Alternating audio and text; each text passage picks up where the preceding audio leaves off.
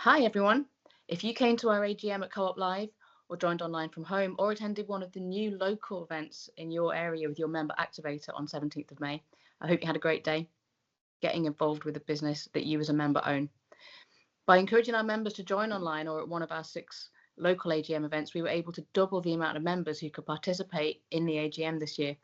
It was my 3rd AGM as a council member on our National Members Council, representing Co-op member owners in the Northwest, and it was the 5th AGM I've attended ever.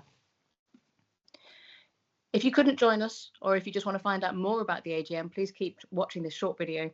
I'll talk you through why the AGM is an important part of our unique co-op, how we brought it to life in the lead up to the big day, my personal highlights, and what's next for us to tackle together. So, what is the AGM and why do we have it?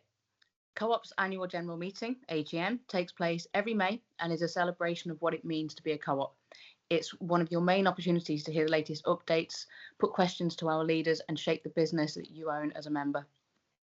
If you have one of these, you're an owner of our business and have a say in what we do.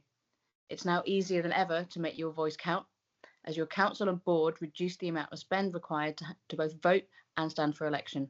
So if you spend £100 at Co-op stores over the previous calendar year, or you buy a product from Co-op Insurance, Funeral Care or Legal Services, you're given a vote in our AGM elections and can make your voice count as part of our democracy. When we invite Co-op member owners to vote, we ask you to choose council representatives like me in our council elections. We also ask who you'd like to champion your views as member nominated director on our board and to have your say on our motions, which help us make decisions on what we campaign on and how we'll run. This year, member owners were asked to make their votes count on 3 motions from council on the topics of supporting members with the cost of living and responsible consumption, hate divides communities, cooperation builds them, and empowering members to start, choose, understand and grow co-ops. We also had 2 member motions on the topics of animal welfare and trading with Israel.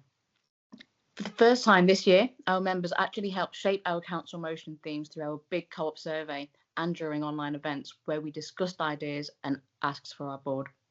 To help members understand the thinking behind the member motions and our council motions before they voted, your council hosted 2 online motions events during the voting period for the 3rd year in a row.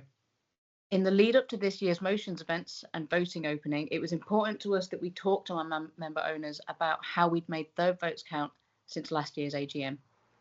For the second time, we ran a series of motion updates on Join In from February to April, bringing colleagues, council members and member nominated directors together to share the latest on how our business has been addressing the issues that matter to member owners and our co-op.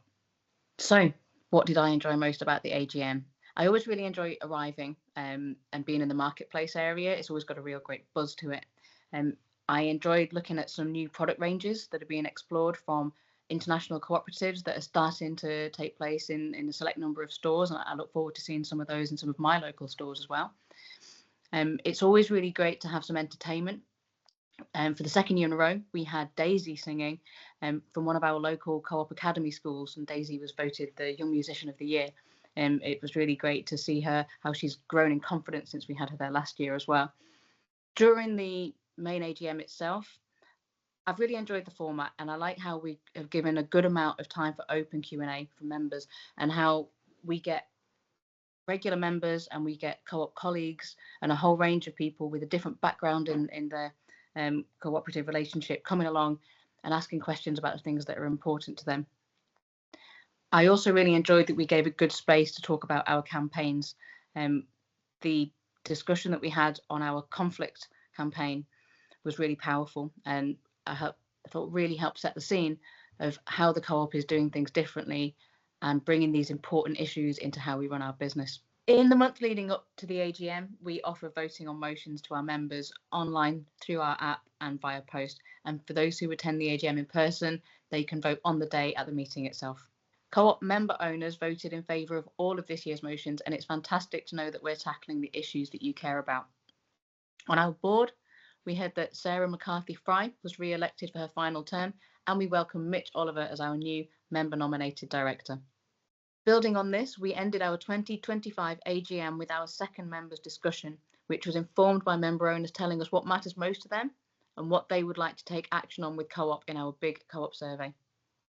For those watching online or at one of our 6 local AGM events, a separate members discussion ran in parallel to the one at Co-op Live, which ensured that we were engaging our members on these important topics wherever they were joining from. We heard lots of great ideas from our members, and the conversation continued after the AGM, so I hope you got to have your say. This insight will now go on to shape how we make a difference together. So I'm looking forward to working with you and colleagues and leaders from around our businesses. Please keep an eye out for opportunities to get involved. Thank you.